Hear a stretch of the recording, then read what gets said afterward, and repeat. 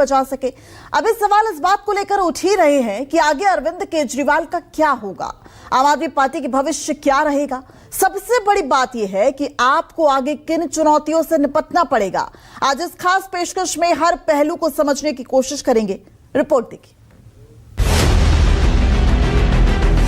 लोग त्रस्त थे, देखिए लोगों भ्रष्टता से, सब चीजों से। जाड़े में ठंड और राजनीति में घमंड, इनसे जल्दी अकड़ आ जाती है। शराब का नशा बहुत चढ़ गया था, लोगों ने ये शराब का नशा उतार दिया है। बीजेपी नेता तो तंज कसेंगे, बीजेपी नेता तो सवाल उठाएंगे, क्योंकि बीते एक दशक में ब्रांड केजरीवाल ने आम आदमी पार्टी का जो मजबूत किला खड़ा किया था, वो इस बार के चुनाव में ध्वस्त हो चुका है। आम आदमी पार्टी के बड़े बड़े दिग्गज अपनी सीट नहीं बचा सके। साल 2013 में तत्कालीन मुख्यमंत्री शीला दीक्षित को चुनौती देकर हराने वाले अरविंद केजरीवाल इस बार खुद प्रवेश वर्मा से हार गए। अरविंद केजरीवाल आपका प्रमुख चेहरा है। जाहिर है केजरीवाल के हारने के मायने बहुत गहरे हैं। अब सवाल ये कि केजरीवाल की हार के बाद उनका क्या होगा। केजरीवाल के पास अब कोई संवैधानिक पद नहीं और न ही साल 2028 से पहले राज्यसभा के सांसद बन सकते। इसके पीछे खास वजह है। पंजाब के लिए राज्यसभा चुनाव वर्ष 2028 में होंगे, तो इसी तरह दिल्ली में भी राज्यसभा चुनाव वर्ष 2030 में होंगे। ऐसे में दिल्ली के पूर्व मुख्यमंत्री अरविंद केजरीवाल के पास सिर्फ आम आदमी पार्टी के संयोजक का पद ही रहेगा, लेकिन ये पद भी कितने दिन रहता है इसके बारे में भी कहा नहीं जा सकता, क्योंकि शराब घोटाले में ईडी ने सारी आम आदमी पार्टी को आरोपी बनाया हुआ है। ऐसे में यदि दोष साबित हो जाते हैं तो सारी आम आदमी पार्टी खत्म हो जाएगी और अरविंद केजरीवाल के पास संयोजक का पद भी नहीं बचेगा।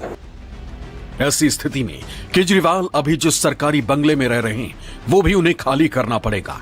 इन नतीजों से ये भी साफ हो गया कि अब केजरीवाल की उस शीश महल में वापसी नहीं होगी जिस पर करोड़ों रुपए खर्च हुए थे। असल में ये शीश महल केजरीवाल के लिए काफी अशुभ रहा और वो इसमें रह नहीं पाए। पहले उन्हें जेल जाना पड़ा और अब केजरीवाल चुनाव हार गए।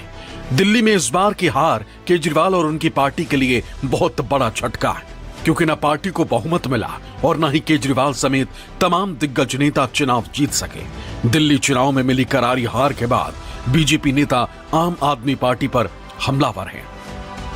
लोग त्रस्त थे, देखिए लोगों भ्रष्टता से, सब चीजों से था और उन्होंने इतना बड़ा उपहार दिया हम पूरे समाज को।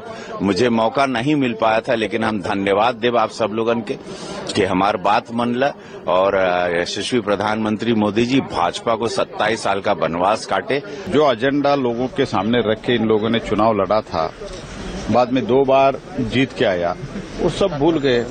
भ्रष्टाचार, शराब, तो ये शराब का नशा बहुत चढ़ गया था, लोगों ने ये शराब का नशा उतार दिया है। इतना ही है और कुछ नहीं है। नतीजों से पहले आम आदमी पार्टी इस बात को लेकर आश्वस्त थी कि इस बार उन्हें 50 से 55 सीटों पर जीत मिलेगी, लेकिन नतीजों ने सारे समीकरण बिगाड़ दिए।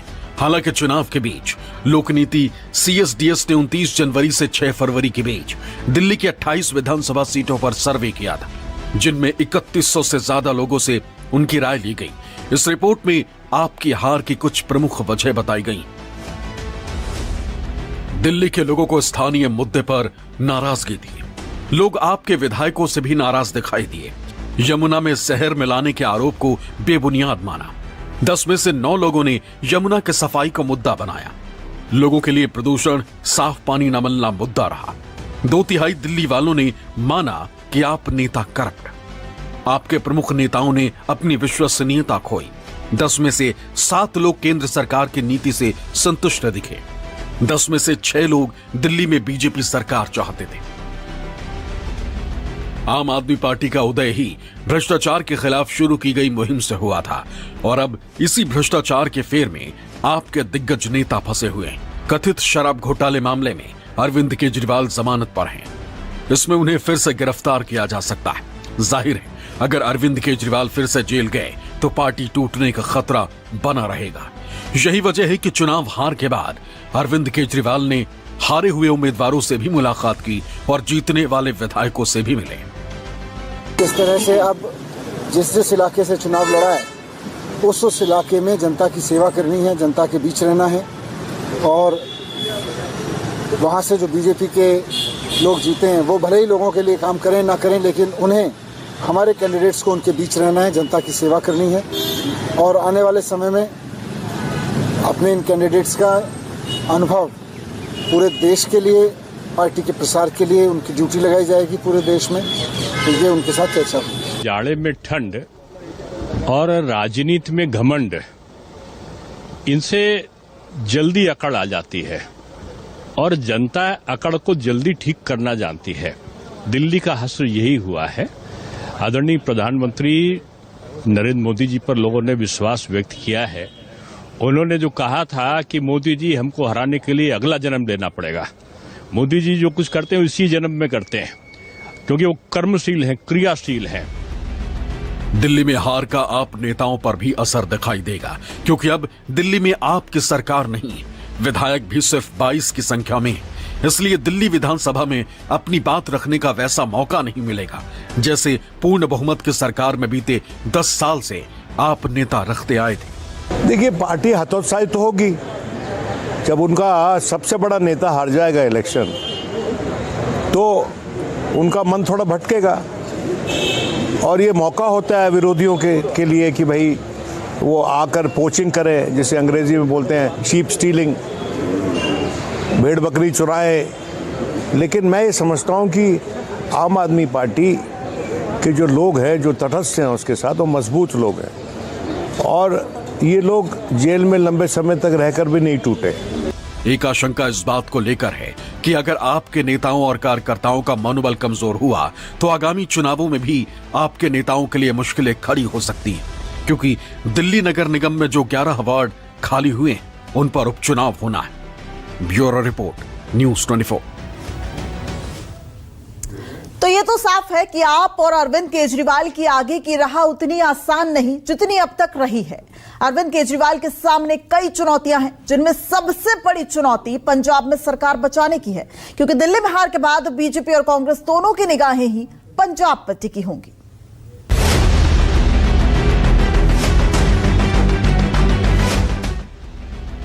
करप्शन के खिलाफ जो एक चेहरा उभर कर आया था, स्वच्छ शासन प्रशासन देने की समझ रखने का जिसने वादा किया था, जिसे राजनीति में बीजेपी और कांग्रेस से इतर विकल्प माना गया, लेकिन केंद्र की एजेंसियों के हत्थे चढ़ने के बाद केजरीवाल ने बहुत कुछ गंवाया और अब दिल्ली के नतीजों ने ब्रांड केजरीवाल को बेरंगत कर दिया।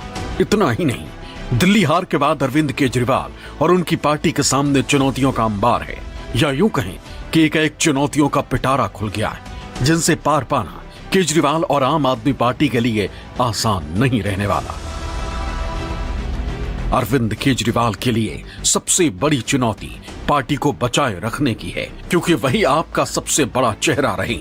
इसके अलावा इस बार जीतने वाले 22 विधायकों को एकजुट रखना भी चुनौती से कम नहीं, क्योंकि उनके टूटकर बीजेपी में जाने का खतरा बना रहेगा। अरविंद केजरीवाल के लिए चुनौती आम आदमी पार्टी को राष्ट्रीय स्तर पर बढ़ाने की रहेगी। दिल्ली हार से संदेश जाएगा कि पार्टी कमजोर हो चुकी है। इसके अलावा दिल्ली गंवाने के बाद पंजाब में भी आम आदमी पार्टी की सरकार है। इससे बीजेपी और कांग्रेस का हौसला बढ़ा है। आगामी 2027 के चुनाव में पंजाब का किला बचाना बहुत जरूरी है। दिल्ली नगर निगम में बने रहना और दिल्ली की राजनीति को पहले की तरह संभालना भी किसी चुनौती से कम नहीं है। अभी तक देश के 2 हिस्सों में आम आदमी पार्टी की सरकार थी। दिल्ली मॉडल की बदौलत पंजाब में आप सरकार बनाने में कामयाब हुई। अब पंजाब में आम आदमी पार्टी की सरकार बची। ऐसे में दिल्ली में केजरीवाल मॉडल के फेल होने से निकला संदेश आम आदमी पार्टी के ऑल इंडिया प्लान पर पानी फेर सकता है। दरअसल दिल्ली के पूर्व मुख्यमंत्री अरविंद केजरीवाल के सहारे आम आदमी पार्टी सारे देश में पैर पसारने की कोशिश में है।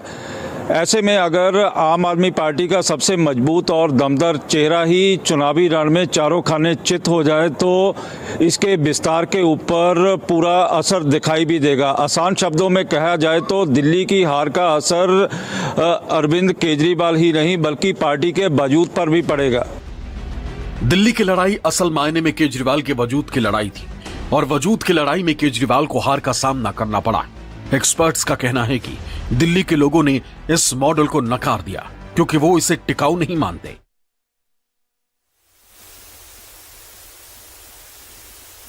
सीधी तस्वीरें आप देख रहे हैं महाकुंभ की, जहां पर मुकेश अंबानी अब महाकुंभ पहुंचे हैं।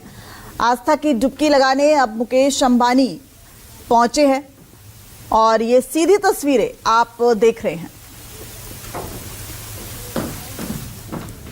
तो अब लगातार आस्था का महापर्व एक एक करके जो वीआईपीज हैं उनके आने का सिलसिला जारी है। राष्ट्रपति द्रौपदी मुर्मू, उत्तराखंड के मुख्यमंत्री, और अब देखिए आज की ये खास तस्वीर, कितने सुंदरता से वहां पर सजाया गया है घाटों को।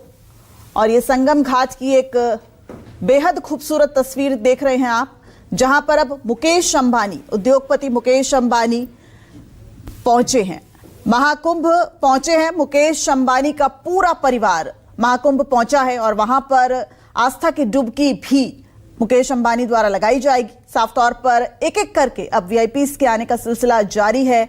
लगभग 26 दिन बीत चुके हैं एक एक करके, जो अब चूंकि 12 फरवरी को माघ पूर्णिमा का मौका होगा, ऐसे में बेहद खास ये मौका।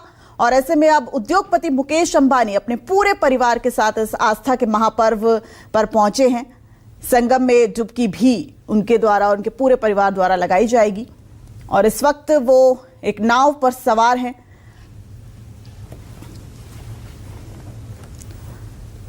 कई विदेशी सैलानी भी उनके साथ नजर आ रहे हैं। हालांकि इसके पहले देखिए महाकुंभ में, आस्था के इस महापर्व में करोड़ों की संख्या में लोग आ रहे हैं। अब 12 फरवरी चूंकि बेहद खास मौका, वो 5वां शाही स्नान होगा, जिसके लिए एक बार फिर से लाखों की संख्या में दूर दूर से लोग चले आ रहे हैं। और अब उस माघ पूर्णिमा यानी 12 फरवरी के शाही स्नान में मुकेश अंबानी भी एक दिन पहले जो है वो शिरकत करने पहुंच गए हैं।